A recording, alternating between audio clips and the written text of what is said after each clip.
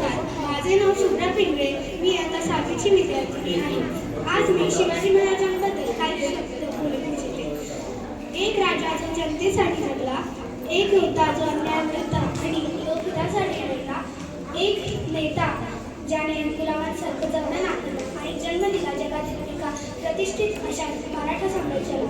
इतिहासाच्या पानावर रयतेच्या मनावर, इतिहासाच्या पानावर रयतेच्या मनावर, मातीच्या कणावर आणि विश्वासाच्या प्रमाणावर, मातीच्या कणावर आणि विश्वासाच्या प्रमाणावर राज्य करणारा राजा म्हणजे राजश्री छत्रपती शिवाजी महाराज एक मराठा योद्धा आणि मराठा साम्राज्याचे संस्थापक होते. ते जगातील काही महान राजांमध्ये एक होते आणि आजही त्यांना तेवढाच आदर आणि सन्मान देतात. शिवाजी महाराजांची ख्याती भारतात तसेच पूर्ण जगातही आहे.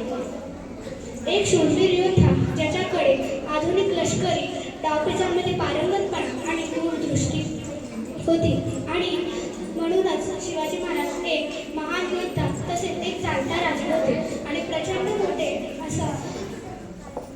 मोठे सामर्थ्यशील असं मराठा साम्राज्य उभार ठेवले.